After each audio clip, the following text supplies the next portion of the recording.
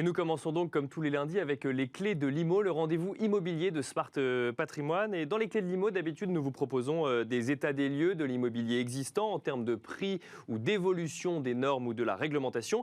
Mais il est également possible d'acheter en VFA, vente en état futur d'achèvement. On peut aussi parler d'acheter un bien sur plan. Quels avantages et quelles spécificités, que l'on soit propriétaire, bailleur ou occupant. Nous en parlons avec Olivier Chatelain-Malherbe, directeur général adjoint résidentiel et des régions chez Vinci Immobilier. Bonjour Olivier Chatelain-Malherbe. Bonjour Nicolas. Bienvenue sur le plateau de Smart Patrimoine. Alors, on va commencer par la base. C'est la première fois qu'on en parle dans Smart Patrimoine. VFA, vente en état futur d'achèvement. Qu'est-ce que ça veut dire concrètement pour un futur propriétaire d'acheter en VFA ?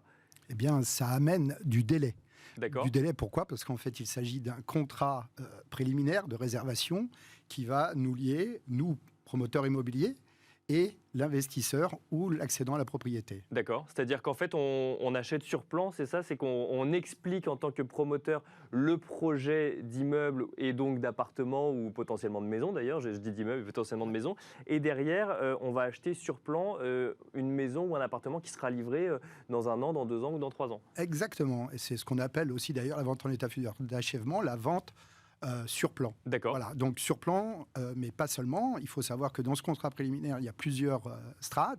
Il y a le plan, D'accord, donc oui. qui reprend la totalité des surfaces des pièces qui vous concernent, mais également toutes les normes techniques, ainsi que le dossier technique, carrelage, peinture, la totalité des revêtements, ainsi que l'épaisseur des fenêtres. Enfin, vous retrouvez tout le dossier technique dans ce contrat. Donc ça veut dire effectivement que sur plan, on a un état des lieux complet finalement du bien qu'on va acheter. Exactement. Donc c'est exactement. On peut choisir du coup les revêtements ou ça c'est défini à l'avance ? Alors l'épaisseur et la qualité des revêtements est prédéfinie. Vous pouvez l'upgrader si vous le souhaitez. D'accord. Mais sinon, vous avez évidemment le choix des coloris et des matières utilisées. Vous pouvez passer du parquet au carrelage. D'accord. Bon, donc comme si on faisait des travaux chez soi, mais j'imagine que vous allez nous dire que non, ça n'est pas exactement pareil. Non. Pas tout à fait, mais presque. Écoutez, il y a un certain nombre de choses et en plus, vous avez la capacité de faire des travaux modificatifs acquéreurs, D'accord. qu'on appelle nous TMA dans notre jargon. Avant que le bien soit construit. Exactement, du coup, vous pouvez déplacer des prises. Évidemment, plus on se rapproche de la livraison, plus il est difficile d'avoir de choix et de modifier ses choix. Donc en fait, on achète un bien en amont. Un mot peut-être sur le délai. À partir du moment où vous décidez de construire, je ne sais pas, un immeuble, il se passe combien de temps et à quel moment interviennent les acquéreurs dans le processus ? Alors, ce qui compte surtout, c'est, dans un premier temps, c'est la commercialisation. D'accord. De notre côté, nous avons bloqué un terrain, que ce soit pour une maison ou pour un immeuble. Et la commercialisation va faire qu'on va enclencher ce qu'on appelle une garantie future d'achèvement auprès d'un organisme bancaire. D'accord. Donc, nous, promoteurs auprès de cet organisme. Ce qui va nous permettre de pouvoir acter toutes les réservations dont on a parlé, les contrats préliminaires. D'accord, donc dès le début, en fait, on commercialise alors que l'immeuble n'a pas commencé à sortir de terre, pour le coup. Exactement. D'accord. Une fois qu'on a obtenu un certain nombre de réservations, nous pouvons donc passer au début des travaux. D'accord. Et à partir de là, vous avez un délai de 18 à 24 mois de délai de construction. Et alors, d'où l'idée que plus on se rapproche du terme, moins il est possible de faire son bien sur mesure, entre guillemets, puisque effectivement, quand il n'a pas encore été construit, il est plus facile de modifier des plans que de modifier ensuite le bâti existant. Exactement. C'est pas généralement sur le bâti qu'il y a des modifications. C'est plus sur la décoration. Oui, décoration, prise électrique, emplacement, si vous souhaitez faire des cuisines ouvertes, fermées, voilà, sur ce genre de choses. Alors, quel avantage, Olivier Chatelain-Malherbe, à passer du coup par un achat sur plan, donc on est sur du neuf, qui sort de terre pour le coup, comparé à un investissement dans l'immobilier ancien en cœur de ville, par exemple ? Alors, plusieurs avantages. Déjà, comme je viens de vous le dire, on va contracter auprès des banques une garantie future d'achèvement, ce qui va donc... Alors, vous professionnels de l'immobilier, pour le coup. Nous, professionnels de l'immobilier, qui va sécuriser l'opération. Quoi qu'il arrive, en fait, le bien sera livré. D'accord.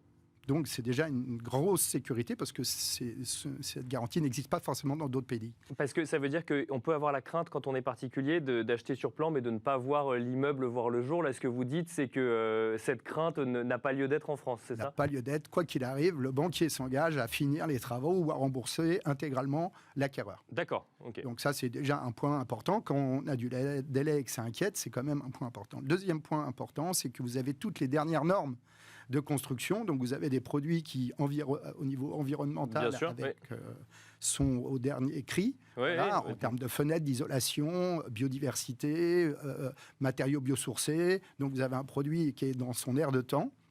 Et puis, il ne sera pas dépassé dans 2 ans ou dans 10 ans. Par la nouvelle réglementation, enfin si tant est que la réglementation n'évoluue pas trop, mais en tout cas, effectivement, aujourd'hui, à date... On essaye d'avoir malgré tout un peu d'avance sur la réglementation, sinon on a des surprises, en effet. Autre point important, les frais de notaire qui sont réduits. Donc, vous avez des frais de notaire qui sont plutôt de 6 à 7% dans l'ancien, contre un 2,5% en fait dans l'immobilier neuf. D'accord. Donc, quand on achète dans le neuf, on paye des frais de notaire réduits. Ça s'explique comment, ça Alors, vous n'êtes pas notaire, évidemment, mais... Ça s'explique, c'est des lois, c'est des décrets qui sont déposés comme ça, où en échange de ce délai de construction, en fait, on fait bénéficier les acquéreurs de frais de notaire réduits. C'est un des gros avantages du neuf.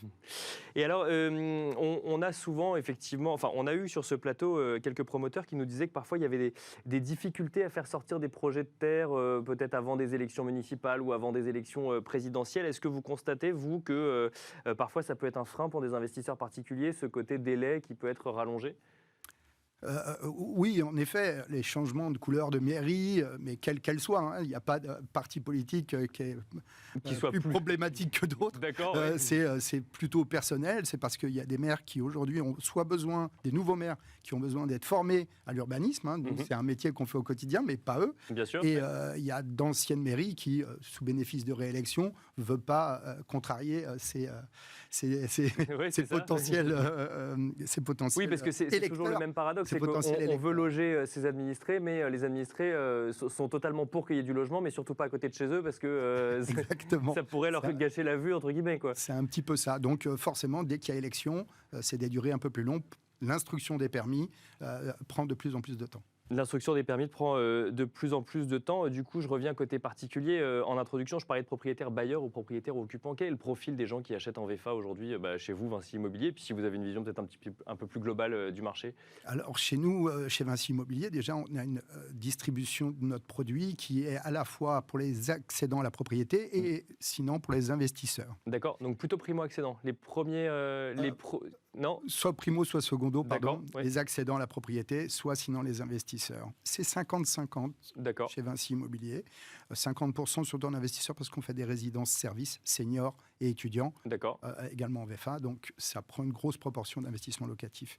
Mais la population moyenne et l'âge moyen chez Vinci Immobilier est de 44 ans.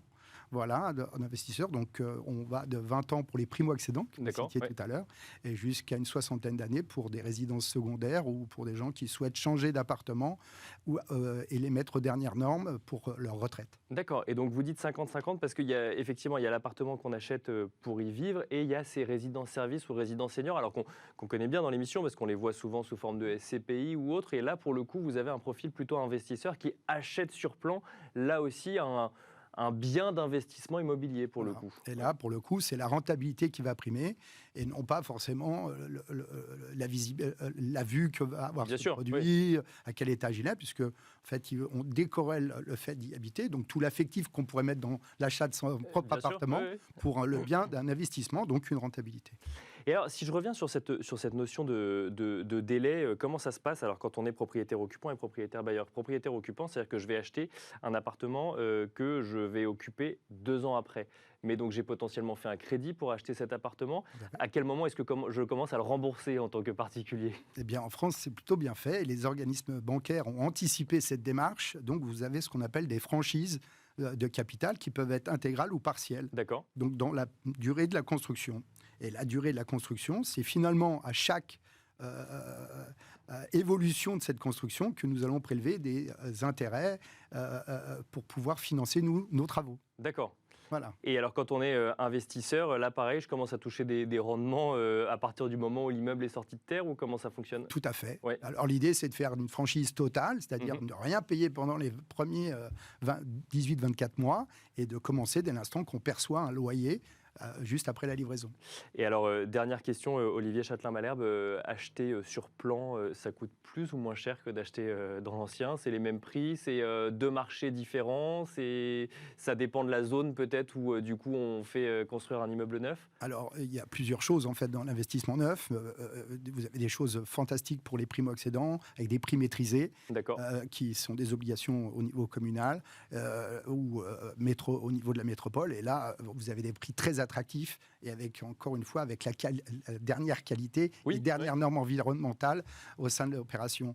Donc, ça coûte peut-être un peu plus cher facialement, d'accord. mais vous avez un produit qui vous coûtera moins cher à long terme et dans lequel vous n'aurez aucun travaux. Vous avez des garanties décennales et biennales sur la totalité de l'immeuble.